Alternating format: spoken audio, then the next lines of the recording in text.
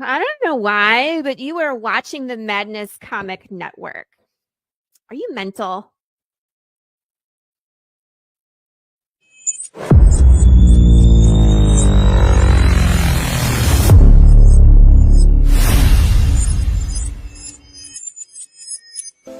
Who am I, you ask? I was created in the middle of nowhere,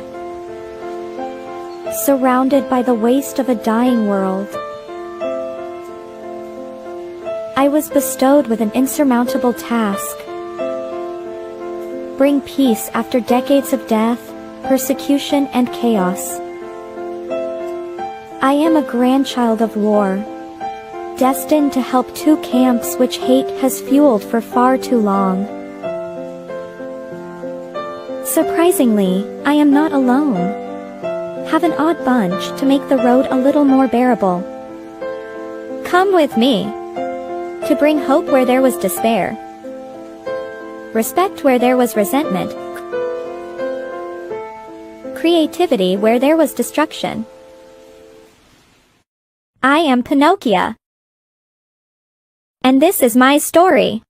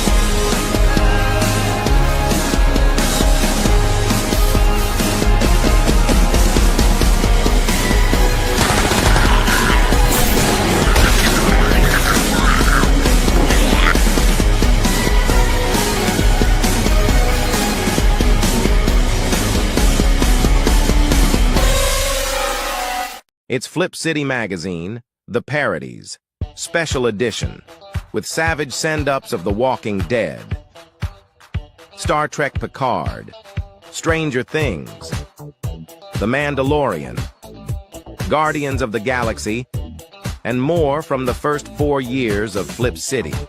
Get Flip City The Parodies free when you subscribe in print at flipcitymag.com. The world's best satire magazine, and never, ever woke. Hey everybody, Dirk Manning here, the writer and creator of numerous comic books and graphic novels, including Nightmare World, Tales of Mystery, Brave But Not Dead, all kinds of stuff. And I am super excited for you because you are getting to watch right now right this moment, out of all the things we're going to be doing, you're getting to enjoy and revel in the Madness Comic Network. And that is awesome. Thank you for being here. There. Oh, looks like he had us on there for a second already. So just it's using the back camera. Point this. Oh. Gotcha. All right. Let me know when it started. I should be able to hear him through there. You are in a mobile location. This is live in 5 minutes. Oh, we're live now. We're live Oh, now. we're live now? All right. Yeah, we are live now. Here. Let me turn this up where I can hear you, Pops. That does not look like your home studio, Mr. Garner. All right. Hey, you guys. So, my lovely wife had to step away for a minute. So, I got tell them your name, man. I'm Tyler. That's Nice. Tyler. Hello, good Tyler. You're amazing. For the moment. So, This is so impressive. I think it should be. You need to project more so we can hear you. I knew that'd take you longer than that, honey. So here she is. We can hand the camera back over to her.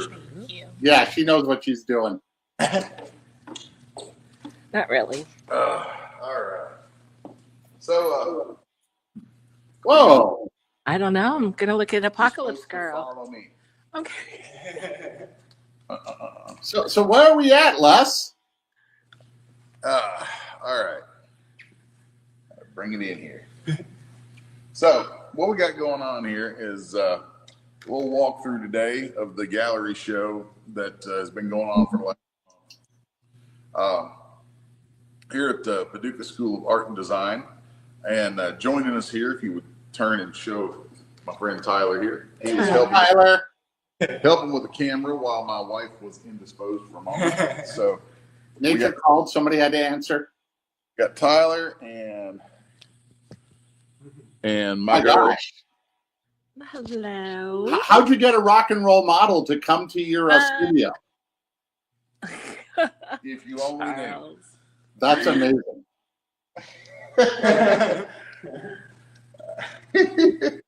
Yeah, there's I'm This gonna is all I'm able to get. this is a public place, so I'm gonna refrain from all the bad jokes that came to mind. I'll keep those loaded for later. But so anyway, you are at actually step over here and just do a little shot down the hallway real quick. Oh, wow. Uh, This is Les's house. So this is the Paducah School of Art and Design, and there's the poster for the show. Fun. Whoa. So this show's been going on since it's November 14th. See, I can read. Wow. Good morning, Sketchy. We got a number of things here. Step out there, just give you the experience. Hey, let's see that sign to the right of you, that big metal sign out on the outside. What's that all about? Oh, that's all the stuff about the school. Oh, my gosh. Yeah, I think I see your name somewhere in there, but let's move on. I see Miss Julie in the office looking out here like, what are these balls doing? So There's a lot of art in that gallery. wave, Miss Julie. All right, there she is. All right, administration, caught on tape, live. All right, so Tyler got pulled away for a minute. Oh, what a shot just walking in. What is this amazing piece ahead of us? That's incredible. We'll get to that in just a minute. So we're gonna start to the left and make our way through. Now there normally is this big wall back here is normally a video that's on a 15-minute loop with some of my music and time lapses of like sculpting and drawing. But that's not on for the moment, so we'll just leave that way. What if it was on, but it's out of our frequency of being able to visualize it, like it's in the X-ray or in the gamma ray tap? Too much cramming. Too much cramming. That's That's great stuff. So this is one of my sketchbooks. So this one, it's got a bug in it. January 2003, this is from. So we can take a quick little flip through some of this. I wish it was from 93, so then I could have said it's so last century. Oh, I remember this. Is that the pizza guy? No. This was a guy named Bob who was a comic shop owner. Wow. In Richmond, Kentucky, and it was 2003 was when he died. Oh, God bless him. And he was a really, really cool dude who helped me out in the early days. Actually, his shop used to be frequented by myself as well as Tony Moore and Bob Kirkman. That's incredible. So, because those guys are, Tony's from Richmond, Kentucky, and Bob is from, I think, Cynthiana. Yeah, Cynthiana, Kentucky. And when he died, I popped off a quick sketch of him from memory. If I may ask, how did he pass? He was old as dirt. Okay. So it looks like he's 20 in that picture. Other sketches here. I'll turn this. Oh, that's a cool truck. You just want to keep it in the light if possible, honey. Whoa.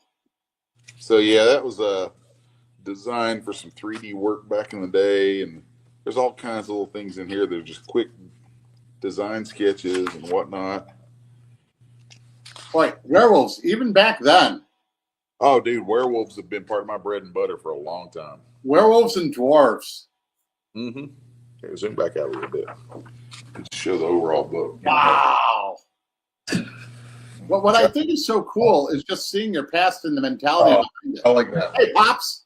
I have to say, it's really easy for him to draw dwarves when he has you for a model, Charles. Ah! Oh, this was a good one. This orc. I love this orc. Oh, that looks like a juiced up Popeye the Popeye. orc. Yeah. It's orc. I think it's a juiced up Popeye. Ooh, gosh. He's orc, of course. Anyway, the whole point of that, and there are two other sketchbooks here over there on the other platforms, is that since I was about 19, I've had this kind of ritual I do where every so often I buy a new sketchbook, put the date on it, and then that's where I draw. So it's like, and I don't necessarily finish the entire sketchbook, but it gives me a way to look back over my progress through the years and also keep like track of ideas and things. So I've got a running collection of these right now that's from, 2003 is the oldest one I still have, all the way through this year.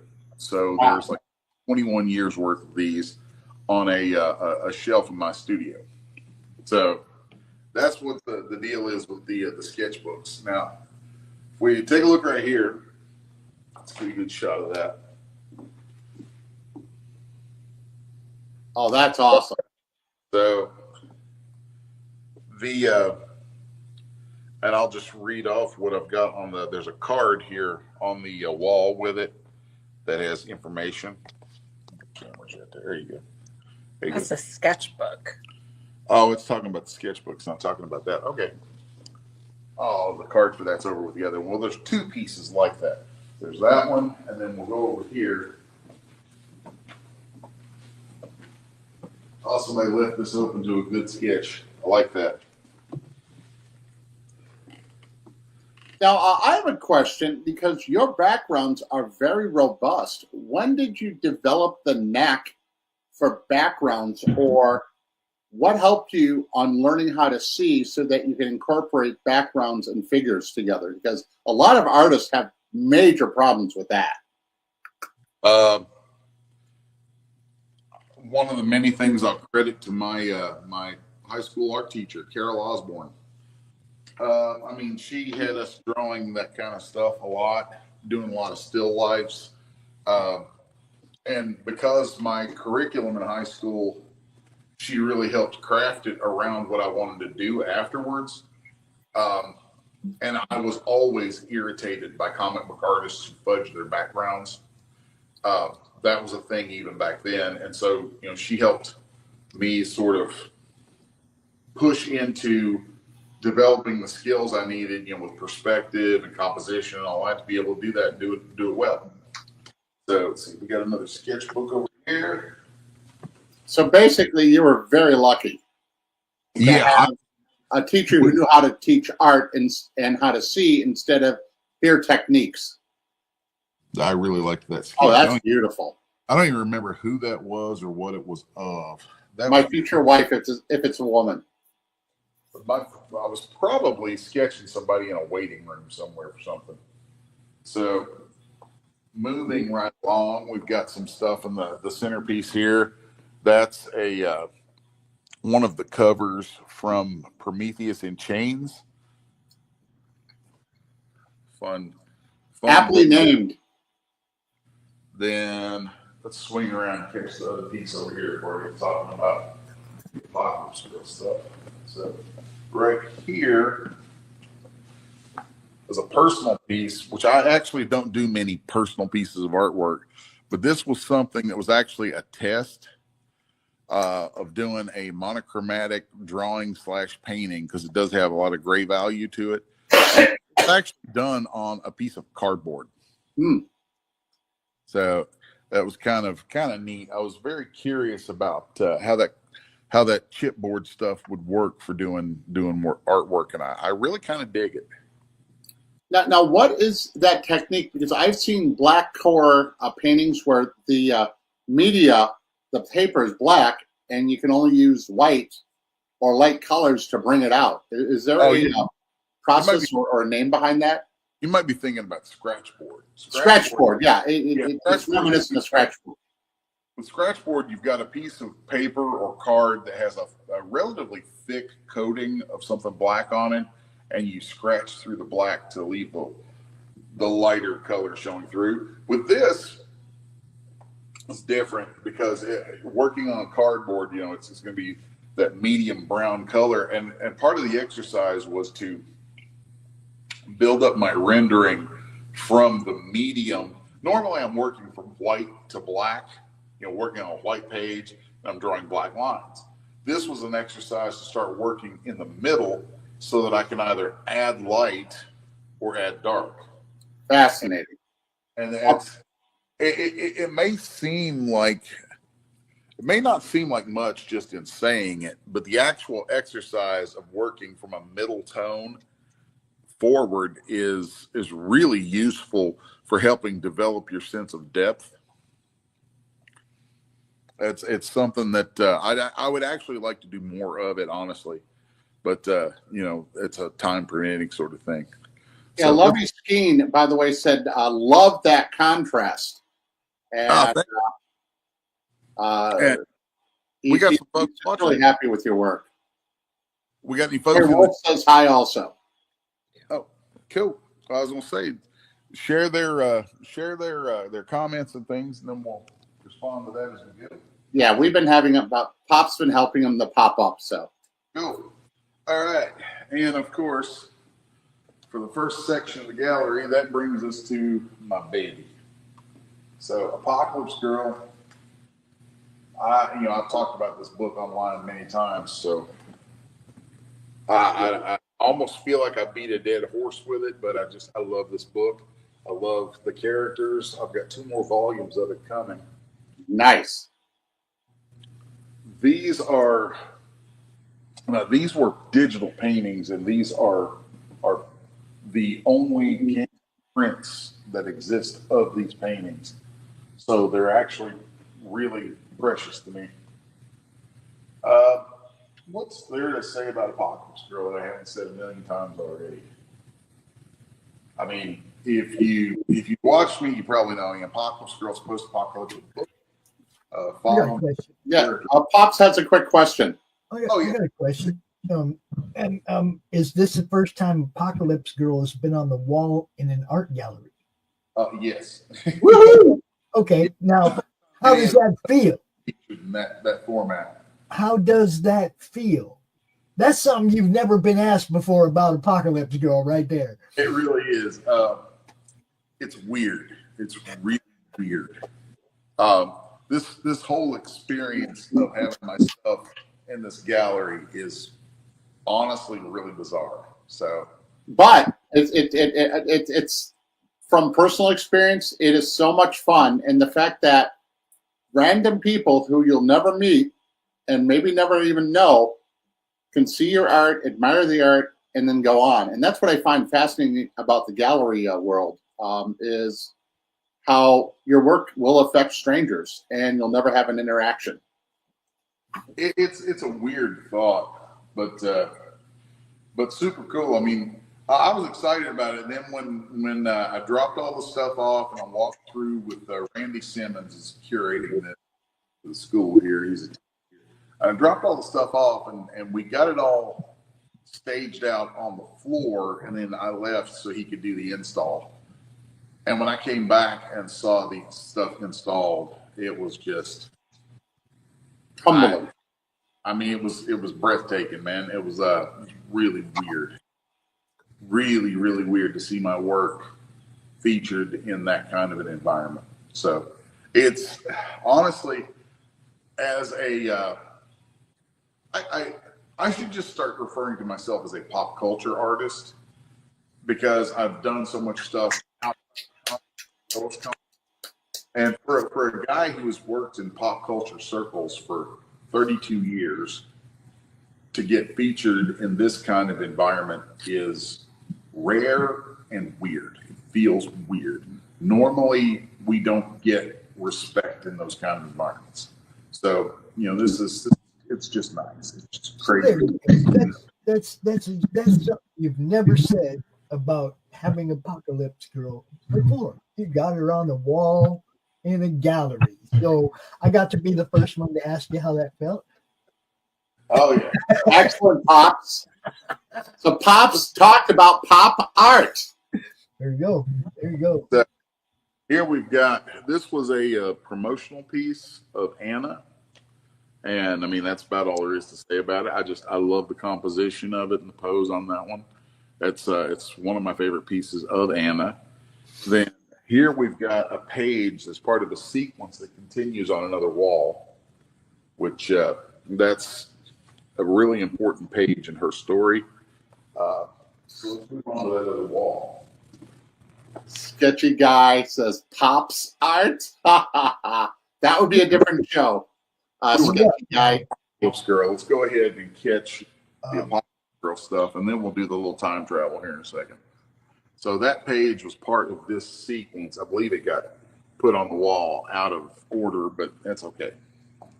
I ain't mad at it. Okay, so, oh crap! I want to show you something, but I got to load it up in here first, because sketchy guy might know a little something about pop art. Or should I say, Pops art? Oh wow! Hey, Sketchy just gave a fascinating concept. Imagine you get a wall in Paducah, a major wall, where people have been putting in pop art, and you do a sketch or a oversized version of one of your comic book pages for the world to see, and it's a permanent art. How cool is that? There you go. Look, it's Crom hanging out with Les. Sketchy drew this Crom right here, guys. Let's can go see on. it on the screen. Sketchy drew that. Oh, Pops art right there. You see that? that's cool. I like that version of Crom, man. Yeah. So then these pages continue. I gave a lot of room to Apocalypse Girl stuff on here. So let's see. I believe that one was a page from issue number 2. This was from issue 5, I believe. Wow. Oh yeah, I remember that page. Oh my God. Yeah, that dog looks hungry, bro. Oh, I love doing those dogs. The dogs are wild. And here was another promotional piece that actually ended up not using it, even though I really like it. I say promotional piece with the original. Well, with Apocalypse Girl went through 3 publishers, and with the second publisher, I of course got further down the line, and I was doing covers and things for the series, and that was originally supposed to be the cover of issue number 5. Woo. But then with the third and what would be the final publisher, we went with doing paintings for the covers. So that ended up not getting used, but I still love that piece. So, all right, I'm going to catch my breath for a second, and let's go to Shadow Cross. Yeah, and just looking at even the wall layout, it's beautiful. The symmetry, and then the it's very well thought out. And I like the 553. Is there any secret code behind 553? What we had in Space Force. Got it. You know I'm pragmatic. Yes, you are. What we have here is Shadow Cross. Woo! And this is like stupidly special to me. Like these 5 pages on the wall, out of everything here, are the most priceless. And the reason is that here, let's focus on the cover here. And the reason is that this was the first comic book series that I got hired to work on. So we can go through these pages. I believe I have it written on these. These are from issue number 7 of Shadow Cross. And Page 1. What page is that? No, it's page 6? 8. Okay, page 8. Wow. Number 7, page number 8. Yeah. And then, 8, 9, 10, and 11 is what these are. Back in the 90s, what was a page rate for something like this? What range have you seen? Tell you what I got paid on these is just almost embarrassing. Okay. It was What is this on? it's where you slid your finger in the screen. Can you it's fine. Can you Look out. Yeah. Just you don't want to slide your fingers on the screen. Sorry. So it's their first time doing the photography for this stuff. So the question was about page rates.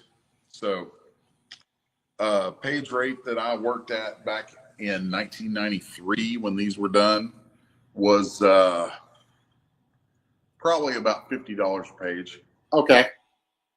About $50 a page, pencils and inks, which was, I mean, it to me it was stupid low then. It would definitely be stupid low now. Right. That's like overseas money now in today's rate. Nowadays, my average page rate is for pencils and ink. Well, and I'm one of the lower rated guys out there as far as what I charge, and there's a reason for that. I will do fully inked pages for $110, $120 a page, but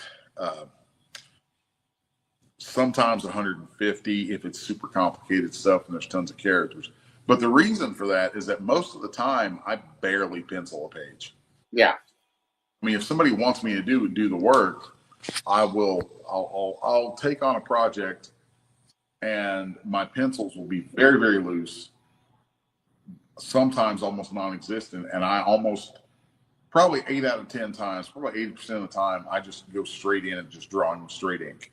So I've seen it done. It's incredible. I've seen this man efficiently with his system get pages done very quickly, hand inking. I mean, it's awe-inspiring.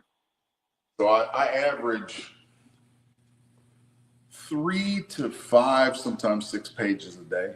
Yeah.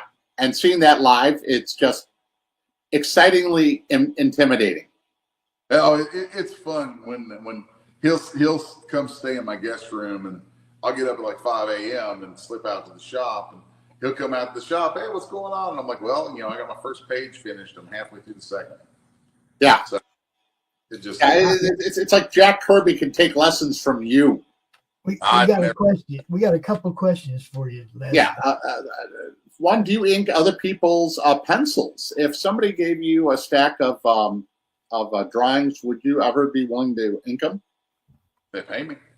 Okay. There you go. I don't know. Also, with your earlier work, were you influenced by Todd McFarlane?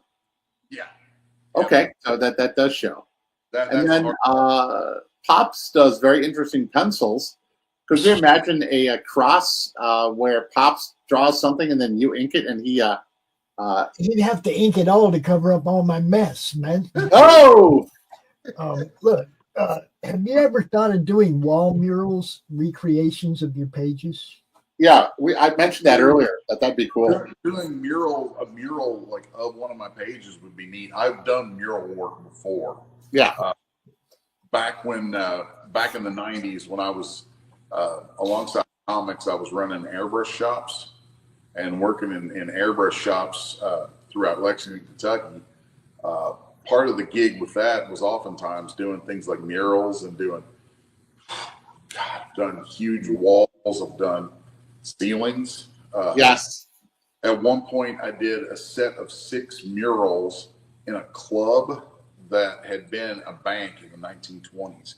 Oh, that would have been cool. This was so neat. The place had these, it looked like there were frames on the wall, but nothing in them. There was moldings. There were these giant 12-foot by 8-foot rectangular moldings.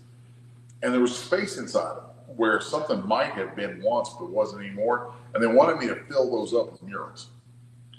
Interesting thing about that, they were 25 feet off the ground. Oh boy. So and there was a tiny walkway under them that you could use. So I would take a big ladder and sit that and then make a little platform out from the walkway so I had room to stand and work. And I'd work on about 3 to 4 foot wide section at a time. Get down, move the ladder, set everything back up, go up, work on the next section. It was nuts. It was absolutely insane. And they didn't offer to have you join the sign painters union at that point? Yeah, I don't deal with unions. But yeah, I've done that kind of stuff. Doing that with a page would be neat. I would dig that. So when I move on and get into a couple of personal pieces that are hanging up in here. Do you have any old images of those murals, or is that long gone? Is that bar still in existence? That bar closed down a long time ago, and all of that stuff is lost. So yeah, is what it is. Was what it was. So moving forward, like I like to do. This is another one of those cardboard pieces. This one I was building up and really turned it into a kind of from memory piece. Kind of what my own memory thought of my own mother when she would have been young. So it's kind of a special piece to me. I don't know how dead on, I don't think it's very dead on to her, but it was just kind of evoking the memory, of her. And over here is a painting that when it leaves the gallery here, it will be going to my wife's brother, Mr. John Clemente. It's a painting I did of his children, Calvin and China. The beautiful couple of kids. That was a fun thing to do. A little tough because we lost China a few years ago, and everybody in the family misses that kid. She was a lot of fun. But that'll be going to John when the gallery show is over. Now we'll swing around and get some of these double page spreads I've got up in here. So over here we have pages from a new book that I'm on that I've talked about a little bit here and there on the stream called Oz, A Nightmare in Emerald. So if we go up and look at this page, we have there's some important backstory stuff going on there. A lot of glare, sorry. Oh, is it glaring real bad? I'll see if I can come back here. It's okay. Yeah. No, it looks good. You got a good view on it. And then it's funny because my favorite page in here is the one that's got the most glare on it right now. Let's see if we can do something about that. Also. It's all about the angles, man. It's all about the angle. Intimidating. So now with a double page like this, is this like a 2-hour, 3-hour, 10-hour job, 3-week job? Just incredible. Did I get it? Yeah, it's good. Go. Better. I'm going to bring this on down to the other one. It's all about the angle. Yeah. If you look up at it from below, look up at it, from below, you probably have a little better look at it. I'm very small. No, I said up at it from below, not down at it from above. Yeah, there you go. Oh, I didn't know there was windows up there too. Yeah, that's, Yeah. So Wow. Janice was doing it the correct way. She's very intelligent. So, yeah, this page is a moment in the story where Dorothy is being led through the land of Oz by a character called Patches. And I just, something about this spread that I love. yeah, it's awesome. So awesome, dude. Cool. The down here we've got two-page spreads from Reign of Dracula. Oh, wow. Sensi us. And just because everybody knows how much I love them, here on this page is horses. Because you love to draw horses. Oh, yeah. Yeah, I got a story where every panel has a horse. And Les told me some interesting words. I literally, after I said publicly on a stream recently that I kind of went off complaining about how often I was having to draw horses. Have you ever worked with Jason Jensen? No. But Okay. let me finish that thought. Thanks for interrupting me, Charles. Sorry. Question asked by. Oh, well, let me finish the thought and then I'll answer that question. Now, I was after I had said something publicly about drawing horses so much, the writer on the Oz project calls me up and he's like, "Hey, Les, guess what I put in issue 5 for you?" And I'm like, "Horses?" He's like, "Yeah." Like, I swear, like everybody I work with and every book that I work on now, they're all like, "Hey, man, I made sure to put some horses in there for you." All right, what was that question again? Oh, you ever worked with Jason Jensen? Nope, not familiar with it. Oh, now this is an amazing piece. Ooh, I feel the spooky vibe already. All right. All right, get that camera off me and on the hottie. There you go. I won't pretend to pronounce her name, but she's Cthulhu's daughter. And this wall contains pieces from the forthcoming Dr. Van Meter's Forbidden Cthulhic Tarot. So these are pieces from the tarot deck that I've been working on over the last year with Carl. Thank you. So that is Cthulhu's daughter.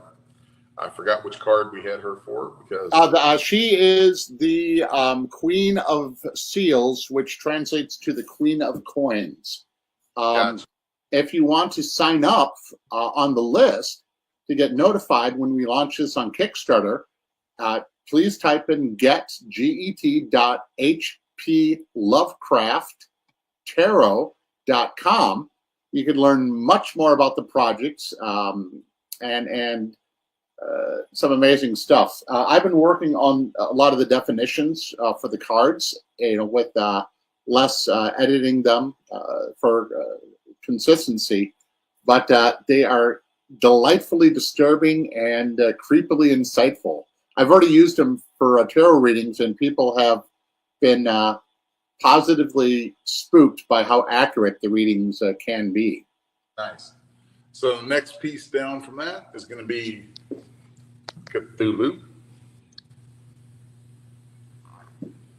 And my take on Cthulhu in this is actually based on a model that was done years ago in collaboration with my son. So I always like to give him credit when there's something that I work on that uses some element of what we've done together. So if Killian happens to be watching this, that's like Cthulhu, son. Woo! Yeah. Moving on, we've got a couple of special pieces that are additional to the deck. This one will be a card called The Artist and is a self-portrait. It is completely terrifying, Les. I really enjoyed doing that. And next to that is the Engineer, which The most is terrifying one of them all. that's a card for and of Mr. Charles, who definitely, I definitely was kind to him in the grooming of his beard in that piece. So. And last but not least, of the Cthulhu or of the tarot pieces is the Creator. The Creator. Card that's added to the deck is a new card called the Creator, of course, of Lovecraft himself, and I adore that one. The other thing I think it's been fascinating with what you've done with this list is not only do you have the Major Arcana, which is typical, the Minor Arcana, which is typical, but you have given the potential for the Eldritch Arcana, which to me is just, ooh. So the pieces of the one called the Artist and the one called the Engineer will be part of a special addition to the tarot called the Eldritch Arcana. And what that is there are some cards being added to it that are for people involved in it, and giving them some meaning and some presence in the deck. But then also we've got a program going on called Eldritch Angels that opens up some things. I won't get real super depth into that here, but essentially there's an opportunity for people to actually be added as part of the deck that would go out to everyone. And I've changed the idea a couple of times for some organizational purposes, but what it's boiled down to is a thing called the Eldritch Arcana, so that there's a section of the deck that is additional that will add those people as cards and generate meanings for them. It's I consult with the people, and then I come up with ideas for what their archetypal presence among the tarot should be. So that's fun. We're not quite sure how many are going to be in that by the time it's all said and done. But right now there are 5 that I can recall right off the top of my head, including these 2. So there is that. And the Creator, he would be a one. So Creator. Yeah, you got about 7 already for the Eldritch Arcana. Yep. Yeah, I think 6 or 7 is about where we're at with that. So the Eldritch Arcana is going to be kind of interesting. All right.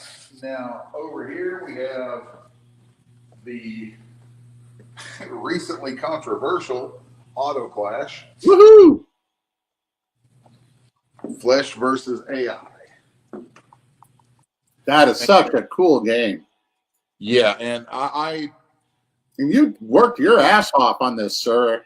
It is funny to me, the recent controversy around some of the artwork with this, and that I had to go through and actually bring up video evidence to prove that the art on this is not AI art. This is my art. This is my drawing, my painting, my designing. This is all my work.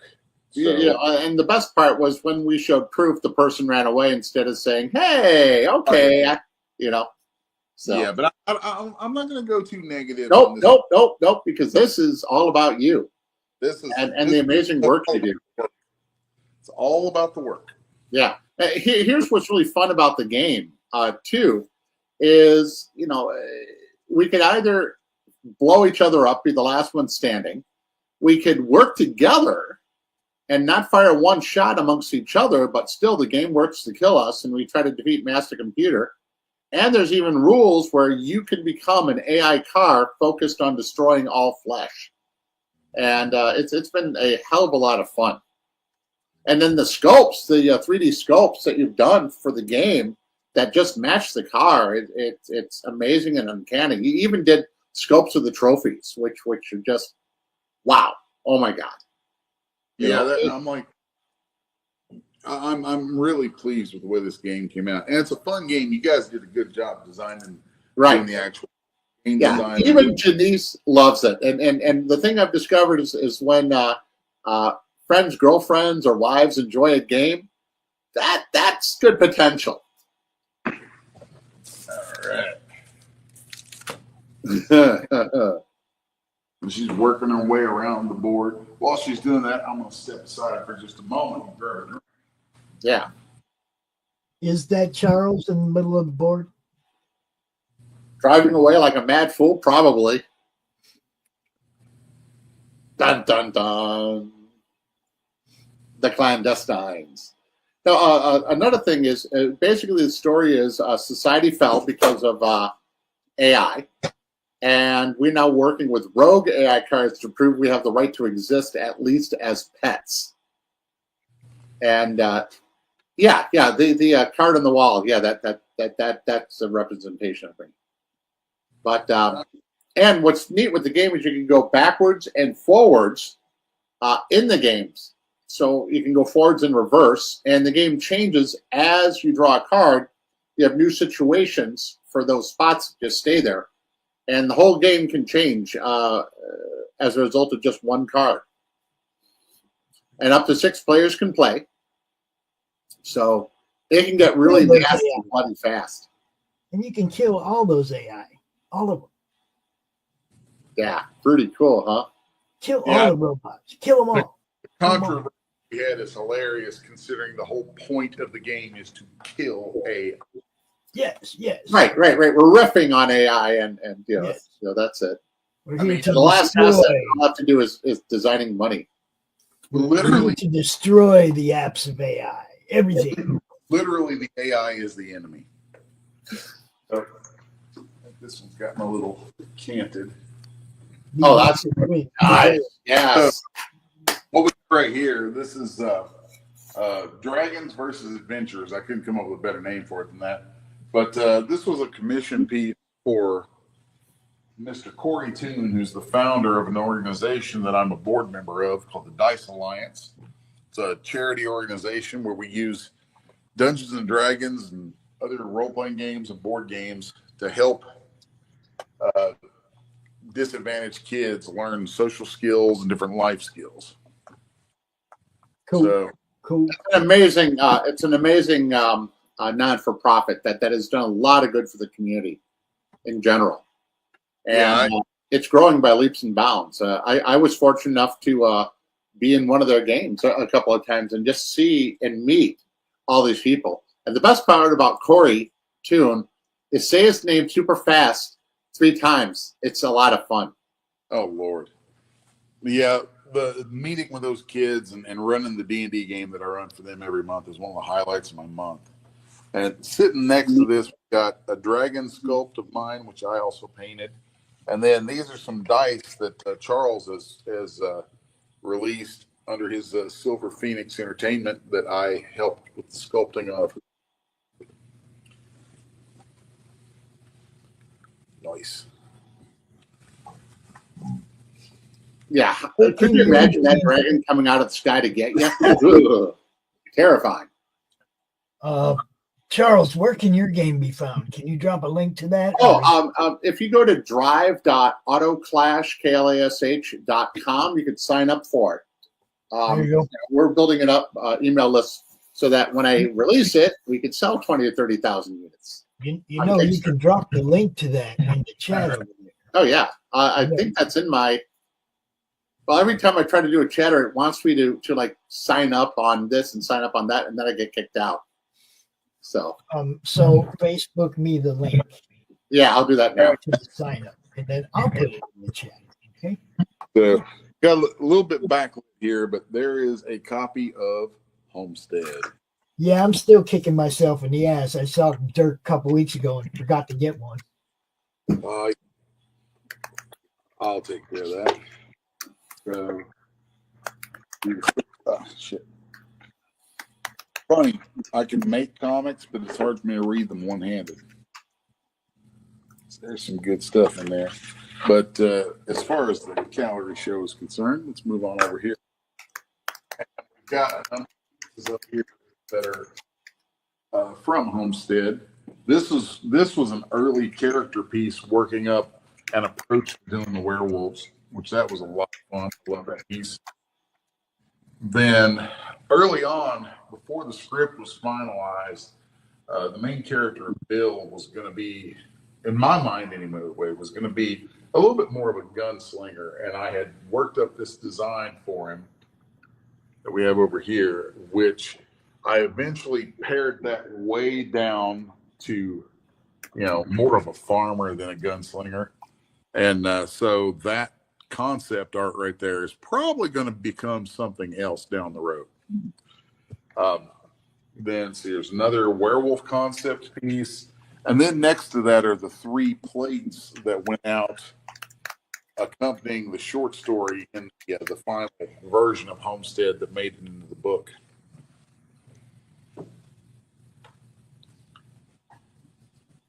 That's just so cool. And at the centerpiece of the whole wall is a recreation of the original of the Homestead wraparound cover. The original for that was purchased by Dirk. So Mr. Dirk Manning has the original of that. But I really wanted a recreation of that in here that I love this cover. And this piece of artwork has probably done more for my career in the last 2 years than that thing's done some heavy lifting. Hey, I like the horses. Yeah, more of those damn horses. Yeah, Homestead's really where it started on the horse thing because it's a Western, so there's lots of horses in it. What do you really enjoy about werewolves? Because that seems to be a common thing about you. Some people are really into the vampires, ghosts, hypertech, superheroes, spandex. But with you, it's like hair everywhere. Werewolves have always been my favorite horror creature. Just full stop. Horror and fantasy both. And you can put werewolves in anything, and it's always cool to me. So, I mean, that's just I associate very deeply with a lot of the concepts behind them. There's all kinds of different werewolf lore that I love, and in the old World of Darkness role-playing game, I played the absolute crap out of Werewolf the Apocalypse for a long time. And the last Homestead piece we have is actually this sculpt. Wow. And that is one of the pieces that was made available to folks exclusively through the Kickstarter. So if you didn't back it in the Kickstarter, you ain't getting one of these. Wham! How unlucky the rest of the world is. Yeah, these are hand painted by you. Ridiculously limited, sculpted by me, produced out of resin by me, and painted by me. So, it kind of sounds like your profile for Apocalypse Girl. Yeah, unlike a lot of times where you'll have a book that you read and it's got collectibles you can get to go with it. On this one of the creators of the book does the collectibles. Wow. Then next up, we have a sculpt that I painted. I sculpted and painted, of a character called Deceit from this series I'm working on called Paradox. And she will lead our way into this next big wall. So we're going to need to pull back and get a nice big shot of this. I love this wall. So this is amazing. These are the paintings that are covers for the series called Paradox. And the theme of the paintings are each one is an homage to some influential horror movie poster from the 80s. So if you don't recognize them, I'll go through and call them out. So number one is an homage to Hellraiser. And Doug, if you're watching, thank you, man. I worked with Doug Bradley off and on for a long time through some different clients and things, and super cool dude. So that was actually a lot of fun to kind of bring one of his classic moments and pay homage to it. Then the second one is an homage to Friday the 13th, I believe, part 2. 2 or 3 the poster art to that. I love poster. I've always loved movie poster art. Drew Struzan is one of my big influences, and I love the poster art Frazetta used to do. I just all that stuff, and then coming up in the '80s, the poster art on the walls in the video stores was like that was just super cool. I would literally hop off the school bus after school in town, while my dad would drive the bus around the route and then pick me back up and we go home. So in that time period I would go grab my comics off the newsstand at the drugstore, and then I'd walk down to the video store and go looking around. So those things are kind of put together as influences. Now, this one is real special to me because my all-time favorite horror movies or horror movie franchise is Nightmare on Elm Street. So it was absolutely going to happen that I was going to pay tribute to Nightmare. Yeah, I thought that was hysterical. And what was really funny was there was a woman who looked like that girl grown up, and so I did a mock photo of her with that. Huh? Oh yeah, your poster is either the original poster or can be poster 2 for Friday the 13th. Just to let the audience know. Cool. For Paradox. So then number 4 over here, I think everybody can kind of gather what that one's giving the nod to. A little bit of old Leatherface, man, with Texas Chainsaw. I wonder what the Hawaii Chainsaw Massacre guy would be like. That's funny, man. Now that's going to be in my head. I'm going to have to do a drawing of like Leatherface in a hula skirt. Then number 5 is an homage to Halloween. That was actually the trickiest of all these to figure out how I was going to pay tribute to it. The thing that's kind of cool about this is how you almost have a Phantom of the Opera-esque flair to it, in my opinion. Was that intentional? A little bit.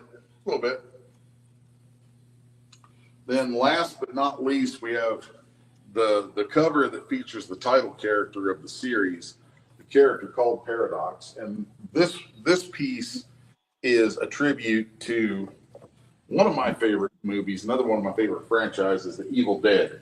Oh my God. Army of Darkness. So that was a lot of fun. And connected to that, the publisher asked if I could do a sculpt of that cover. And so we have this. Damn, I can hardly wait to get that one. I think everyone watching this wants that in their life, Les. Yeah, that was fun. That was a really hard sculpt to paint. With my current situation, that was really difficult to paint. But I'm happy with how it came out. I think it came out pretty good. So, yeah, those will be when the publisher is called Resolute Bliss, and when we go on the road next year promoting and everything, I believe that and the character Deceit over there will have pieces available for folks to buy at the table.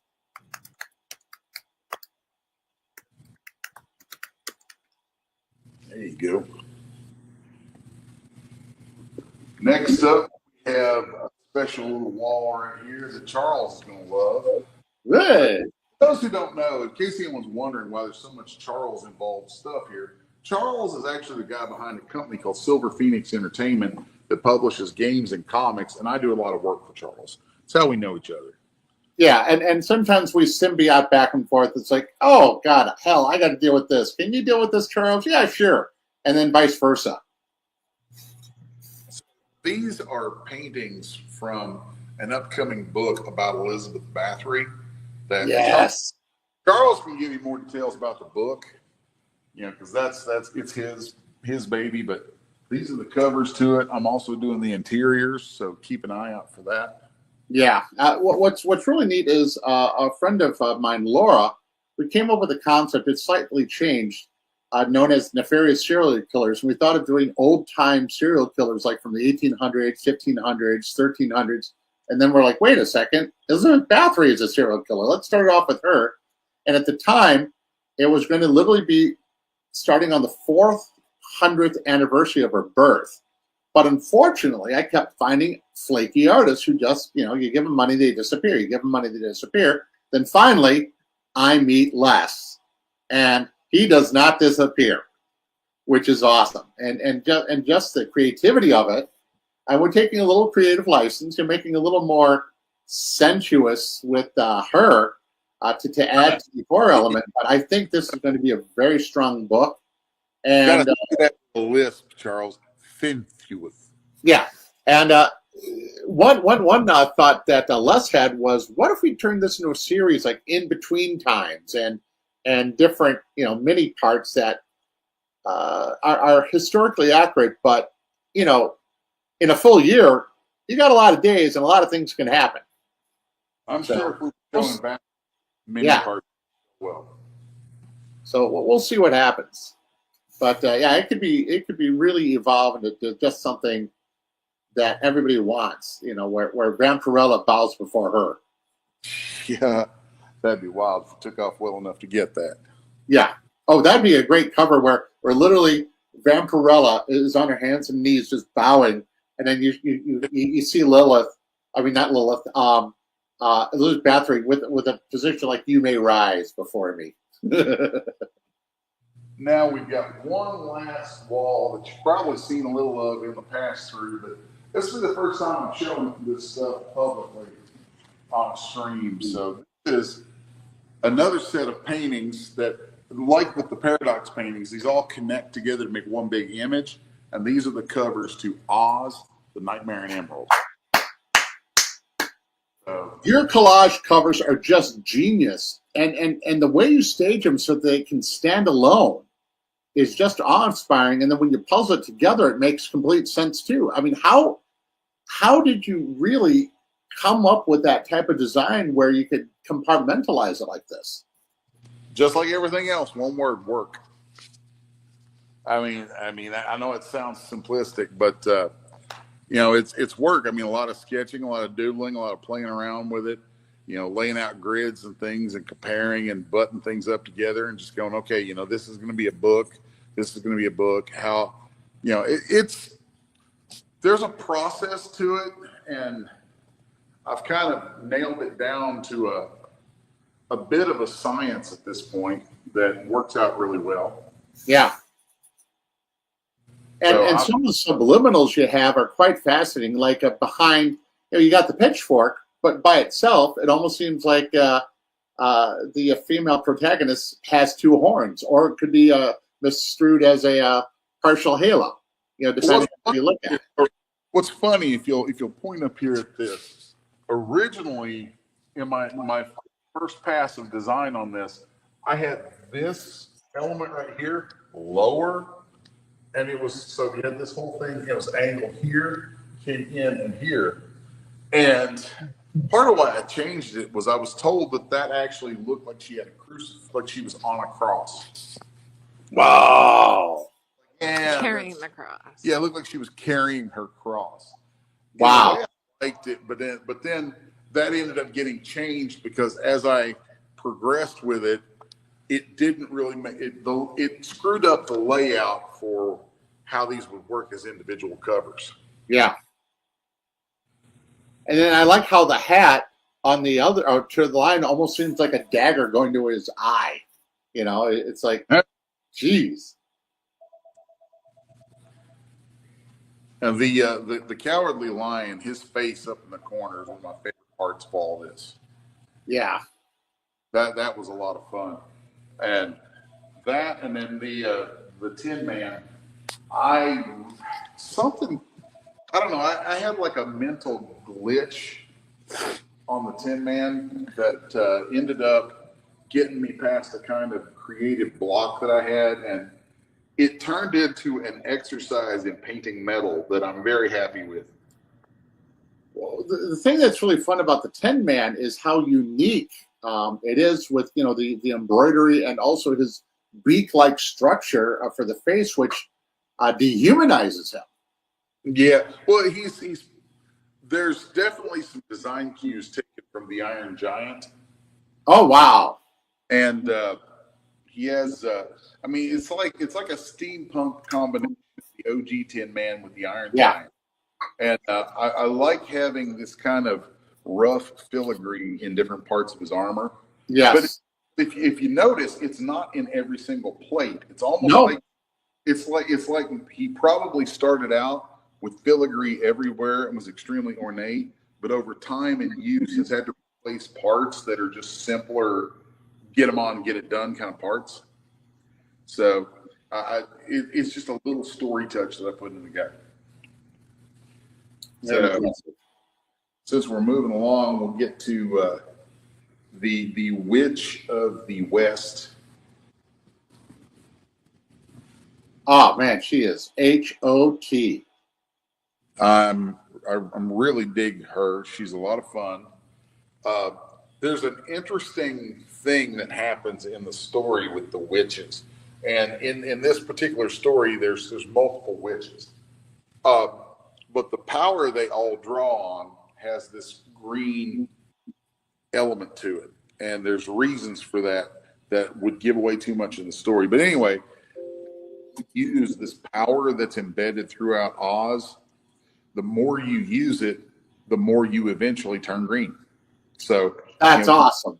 Here we have her earlier in the story when she hasn't completely succumbed to that power yet. Wow. And I thought it was she ate too much lettuce and got filled with chloroform. Oh, well, somebody says it reminds them of Michelle Pfeiffer. Was she an influence? Probably subliminally because, puberty. Yeah. Yeah. My age. Pfeiffer was hot.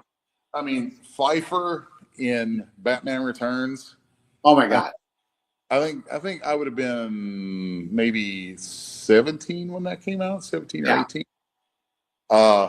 Yeah, that left a mark. Yeah.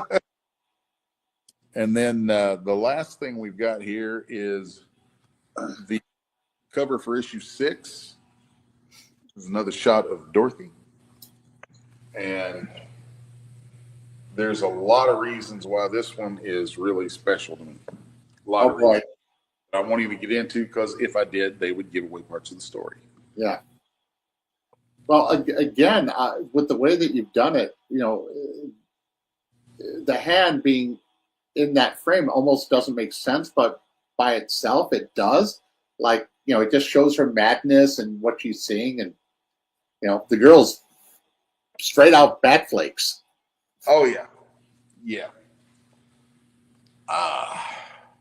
So let's pull back and get one more shot to close out on from the full piece. And I like how your name's on the top like that. I think we all need to give you a round of applause for an incredibly successful, amazing, and quite intimidatingly good art show. Thanks. It was an interesting thing to experience, interesting thing to do. So I'm gonna come on here for just a second. Hello. Hi everybody. Hi Loss. Watching you guys. Thanks to everybody for watching, this thing each week and all the goofy garbage we get into. But this today was kind of special because we're going to be closing the show down. Tomorrow's the last day the show will be open, and then it all breaks down Friday. But I wanted to come out and do a show out of here and let everybody have folks who couldn't make it here, give them a chance to take the tour and see everything and do all that. Next time we're going to do it at the beginning of the art gallery so that we can draw more people to come see it live. Okay? That would be cool. I was going to try to, but we got preempted by some stuff. But yeah, and there are going to be other shows too. I mean, that's why you got such a great agent. On that note, we're going to turn around and thank my camera lady, Miss Denise. Great job. You did wonderful. Wonderful. Everybody say thank you to my Yep, beautiful she's wife. genius. That's right. She is as of September officially Mrs. Garner. So She has a Michelle Pfeiffer look to her, but better. shut up. When I first met her, I said she looked like Ming Na Wen, the Wow. chick who plays May in Agents of Shield. So anyway, y'all, see, You want us to go to commercials, Les? that little lady's what keeps me going, you guys. So thanks everybody for checking us out, hanging out. Take us out. All right, I'm gonna play a couple. Go to commercial. Go to commercial. Yeah. Peace, everybody. Later, y'all. When a series of shipping disasters points to a mysterious sea monster, Sherlock Holmes and Dr. Watson leave the comfort of Baker Street and board a freighter where they encounter unexpected betrayal and come face to face with the enigmatic Captain Nemo and his submarine, the Nautilus. As they delve deeper into the case, they uncover a conspiracy involving a Russian Tsar with an airship that rains destruction on unsuspecting cities. With time running out and the world on the brink of war, the heroes must use all their skills and resources to stop a massive conspiracy and prevent global conflict. From Eisner-winning writer Mike Barron and illustrator Richard Bonk, dive into the depths of adventure and unravel the mysteries of the sea with the world's greatest detective in Leviathan. Order now at baroncomics.com.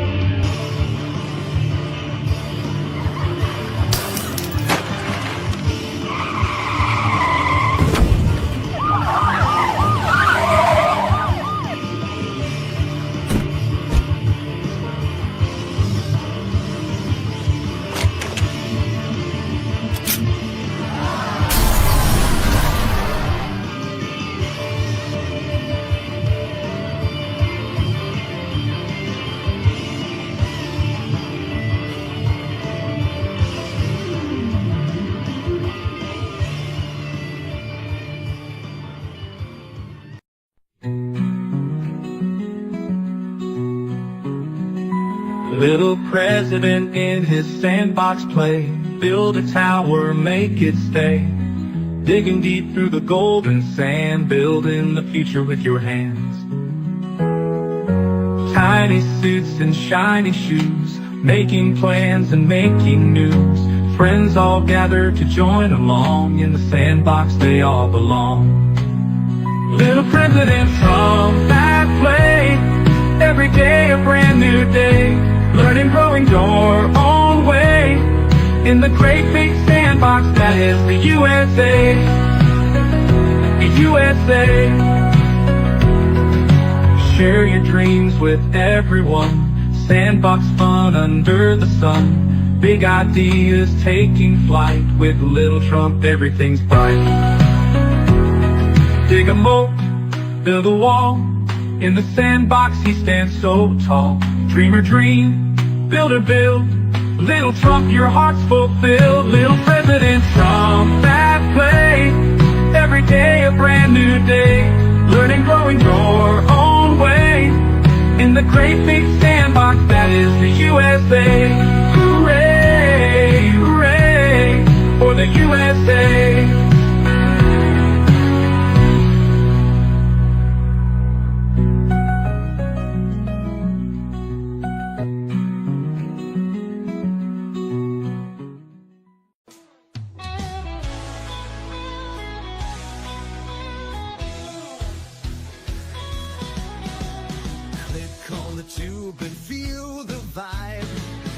Show you crave right here live. Heroes and villains clash in the night. Madness Comic Network sets it right. Scroll through the list, find what you need. Epic battle. battles and fast-paced speed. From capes to cosmic space delight. Tune in and watch your favorites ignite. On Facebook, share the thrill so grand. On X, the buzz across the land. Madness Comic Network all around. In every episode, joy is found.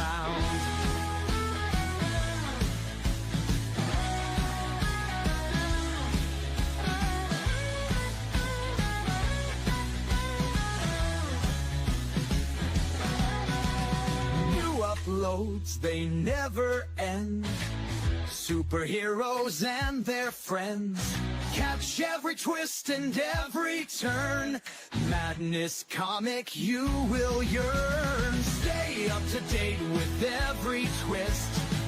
Madness Comic, don't miss a gist. From laughter to tears, every mood. Madness Comic sets the groove. Click that button and subscribe. Catch the wave and ride the tide. Join the fun, join the craze. Madness Comic brightens days. Hey!